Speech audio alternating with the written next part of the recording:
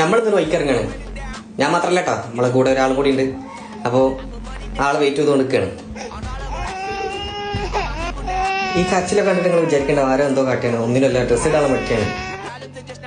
അതിൻ്റെ അടുക്കാണ് ആളമ്മതൊന്ന് കാണിക്കാൻ പറഞ്ഞത്. പുതിയ ചെരുപ്പാണ്, സ്റ്റിക്കറും കൂടി ഉരിയില്ല. അങ്ങനെ നമ്മളിതാ വൈക്ക് കൂടി കൊണ്ടുപോയി. ഫോൺ വയ്ക്കുന്ന മൂപ്പര് സ്റ്റക്ക് ആയതുണ്ട്. ഞാൻ ചോദിച്ചാൽ എന്താണെന്ന്. അപ്പം നോക്കുമ്പോൾ എന്താ, നേരെ മൂപ്പര് കാണിച്ചു തരുന്നത് വേറൊരാളും കൂടിയാണ്. കൂട്ടിലുണ്ട് ഒരാള്, ആളെയാണ് മൂപ്പര് കാണിച്ചു തരുന്നത്.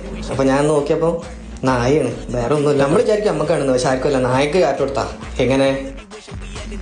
ഞാൻ ചോദിക്കുന്നുണ്ട് ഇടക്കിടക്ക്, എവിടുക്കാണ് എവിടുക്കില്ല. മൂപ്പര് മെയിൻറ്റേ ഇല്ല. മൂപ്പര് ഏതോ ലോകത്താണ്.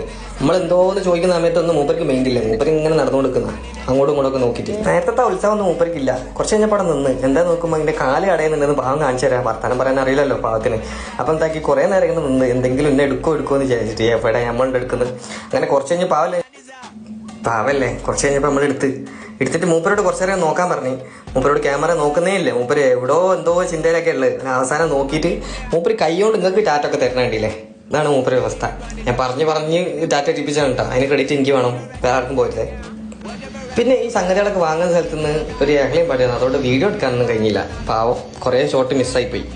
അങ്ങനെ വരുന്ന സമയത്ത് മൂപ്പരിട്ട് നിർത്താം. മൂപ്പര് കയ്യിലുള്ള മുട്ടായി ഒന്ന് വീണ് പോയിട്ടോ. അത് നോക്കിക്കേണ്. അപ്പോൾ മൂപ്പര് എന്താ ചെയ്ത് അതെടുക്കാൻ വേണ്ടിയിട്ട് ഇതിൻ്റെ കൈ കൊണ്ട് തന്ന്. അങ്ങനെ എന്നാലോ കിട്ടിയില്ല, നമ്മളതല്ലേ മുതൽ. അപ്പം എന്താക്കി അതെടുത്തിട്ട് കൈസിലേറ്റ് ബാക്കിയുള്ള എവിടെ നിന്നും കൂടി ഞാൻ എടുത്ത് കയ്യിലായിട്ട് കൊടുത്ത്.